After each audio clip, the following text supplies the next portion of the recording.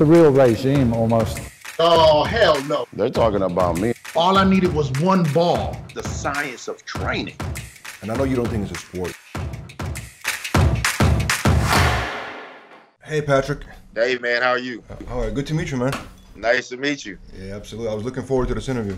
Yeah, man. I've seen a few interviews done. So I mean, once I got the email, I was like, okay, that'd be pretty cool, to come on with you guys. Obviously, I follow, everything you guys put out and stuff like that. So Nice. I'm a big fan of yours, man. Big fan of your career. That's good to hear. I'm just getting started. I know. So I read somewhere that you're going to be bodybuilding for what, 6 years? Yeah, man. This is I'm in my 7th year right now. That's incredible. And is it true that you were a boxer originally? Yeah, and I boxed, man, for 16 years, dude, and so this was something that was completely new for me. So I all these guys that I'm competing with, when I turned pro, these guys, they've been doing 10 years easily, longer than I have. These guys, teenagers. I was nowhere near by a bodybuilding stage until later in life. I love boxing, man. So why did you decide to go from boxing to bodybuilding? How did that happen? A great example of that is this Jake Paul and that whole nonsense. You see where the sport is at now, man? I was going to ask you about the Jake Paul. I was going to ask you what your thoughts on that. Yeah, I think it's, somebody like him, man, obviously wouldn't fight a guy like me because it's just not going to, I think those fights are rigged. It's all for money because, all respect to Woolley, man, but he's not a boxer. He's a UFC fighter. So for that to be promoted in the boxing realm is crazy when you have other fighters that are boxers and have done that. They're great fighters, but they don't, it's political. So that's something I knew way back, and it's just not something I was willing to deal with. There's guys, one of my guys that I used to fight with, he's been fighting since he was 6. Amazing fighter. Still hasn't had like the title shot that he should get. And he's really, really good. And he's one of the best out of Houston.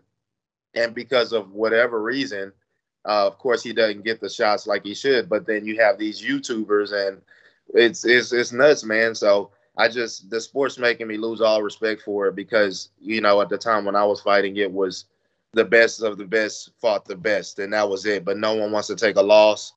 It's just too much. So wait, so you saw that the sport of boxing is basically not going to be the same. You saw that coming, basically. Yeah, man. Yeah, once once Mayweather started to exit and his fights were kind of strategically placed.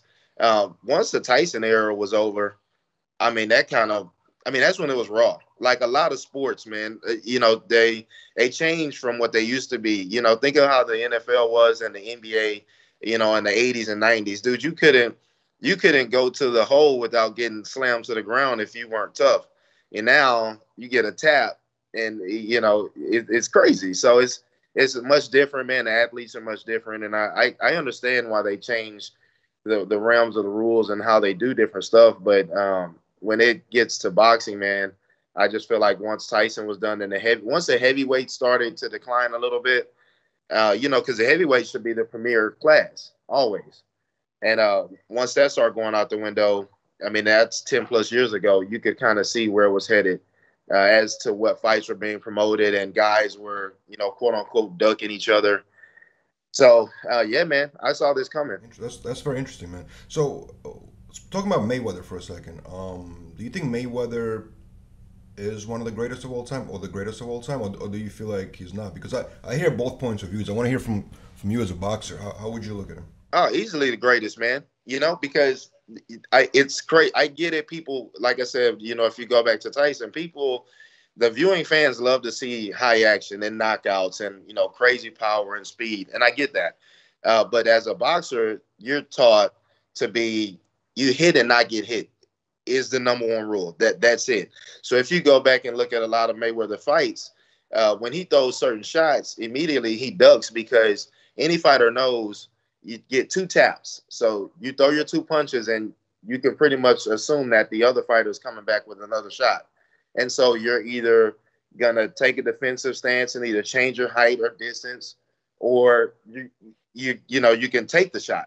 Well, he's just an expert at changing his height and distance. So if you see, he'll throw that right hand and then he'll go down because he know that guy's coming back with a right hand. So he's one of the best to ever do it, man. I've seen him train, and even when he was not a champion, he trained like an amateur. So the dedication that he had to the sport was amazing. I think it translated very well to the ring, and that's why he's undefeated. I mean, he knew he doesn't have to get into a slug match. That's not his strength. And any boxer will tell you, you make the other guy fight how you want them to fight. You don't go into a fight like, say if you put him in there with Canelo, he's not going to slug it out with the guy that has power like Canelo. Why? That's not how that works. So Mayweather executed a perfect boxing plan for years, and he retired with an undefeated record. And I arguably the best to ever do it. He's definitely up there. So, the Jake Paul thing, right? Obviously, he seems like he's one of the only few guys right now that can actually sell a pay-per-view, right? That's what it seems like. And I know people, they complain about that. They're saying he's destroying the sport of boxing. But what can be done right now at the present moment, if anything, to prevent that from happening? I think he's taking a tremendous advantage of an opportunity that's in front of him. I mean, anybody would, honestly. Until like the promoters start to make these fights happen, where you have the top guys must fight each other, which like it should be, then these type of fights will continue to happen. And the Mayweather and McGregor fight was sold out like crazy, and I mean it was crazy, but that's anywhere near how Mayweather fights whatsoever. I mean, you compare that fight to any fight of his, and so when I was watching the Jake Paul and the highlights of that fight, because I didn't watch the fight, man, Vlad, I was just not going to take the time to sit and watch that. And I noticed the one shot where Willie had him on the ropes. Mm-hmm, yeah. When we get a fighter like that, you go after him, not recklessly, because you can always get caught with a wild shot, right? You've seen that happen in fights. But he let him completely make a circle around the ring, and he's doing this. And dude, if that's a real fight and you're trying to put this guy down, there's no recovery time. You're on it. So that right there just solidified the fact that I knew it was like a joke, and it just wasn't to be taken serious. But until it's money, and I get it, man. No fighter wants to fight for less than what they feel like they're worth, and they just have to. Someone somewhere is going to have to take a loss, both on their records and maybe even financially. Not a loss, but if a fighter's used to $10 million a fight, and maybe they fight the best of the best, and it's for $8 million, well, they may have to take that 8 just to give the sport what it needs. I mean, we want to see the best of the best go at it, not okay. Well, this guy's got a lot of hype, so we'll put him against this guy.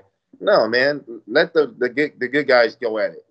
Last thing I want to ask you about that, you think that it was like they made a decision who's going to win, basically, right away? Yeah, that's why I think it went to decision. It's like Jake Paul, unfortunately, is not a seasoned boxer or fighter like how Willie is. So his stamina was diminished. His endurance is not great. There's no way that fight should have went the distance. I mean, but that's me speaking from a fighter standpoint. I know, when someone's winded and they can't, when you're winded, dude, you have no power. Your legs start to go. So the fact that he made it the distance was kind of questionable for me. But, who am I, man?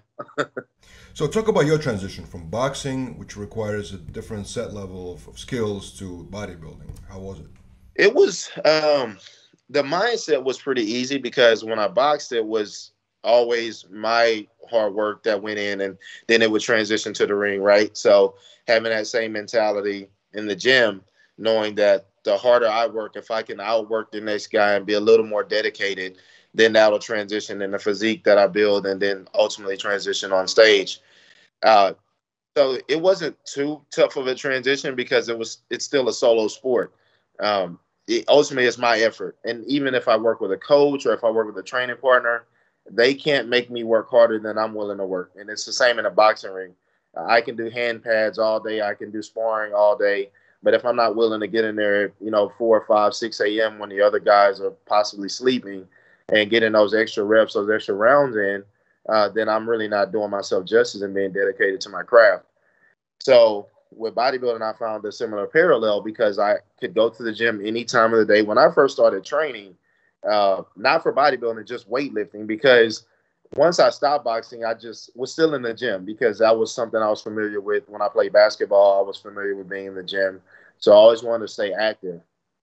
Like a lot of other guys, I ran into a guy that advised me to compete, and I at that time I didn't even know what competing was.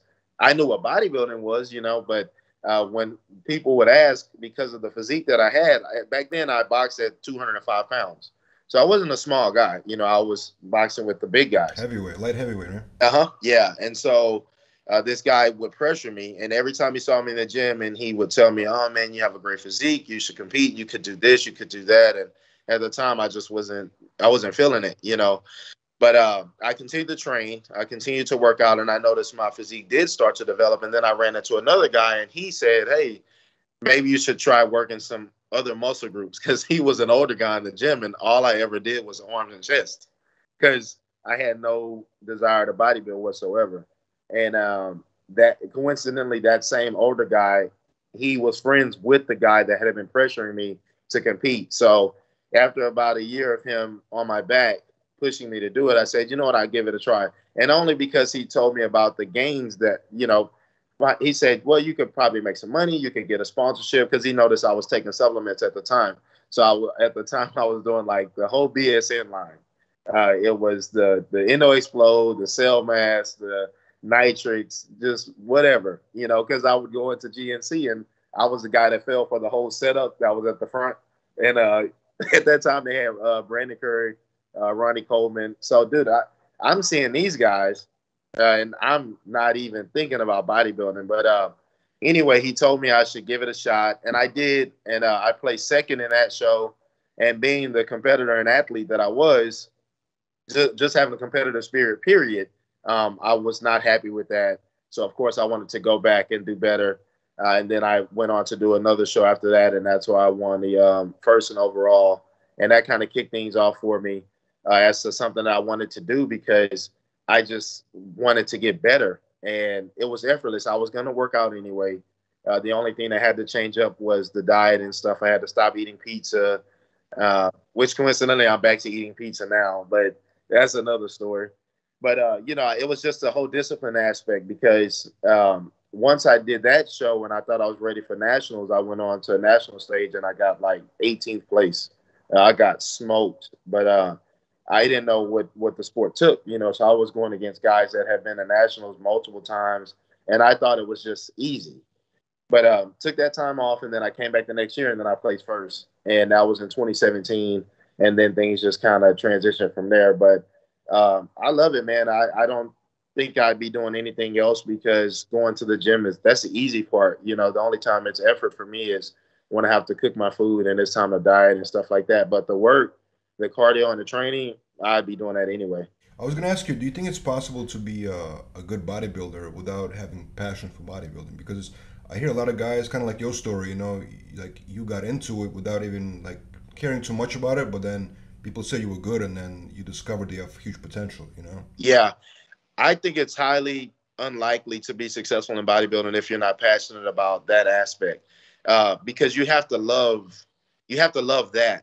Anything that you do, I feel like if you don't love it, you're never going to put maximum effort, because at that time it becomes an obligation. A lot of people will say, "Oh, it's a job," and I mean, a lot of people don't have a problem working a job, and they will become really good at a job and they'll do it. But when something's an obligation, it's kind of like, I have to work out so I can get on stage. Having that mentality definitely isn't going to push you to be successful, because you'll have guys like me that will train 2 hours in the gym and won't think anything about it, because I love that part. And that's what it was for me, is I love being in the gym. And I don't think you can be successful, because if you have areas where you need to improve at, say there's a stubborn area you're trying to grow. Well, it may require a little more attention, and a little more attention is going to require some more time. Well, if you don't love being in that gym and doing that, I don't see how you can improve, and ultimately I think that will allow you to you won't be successful at this sport.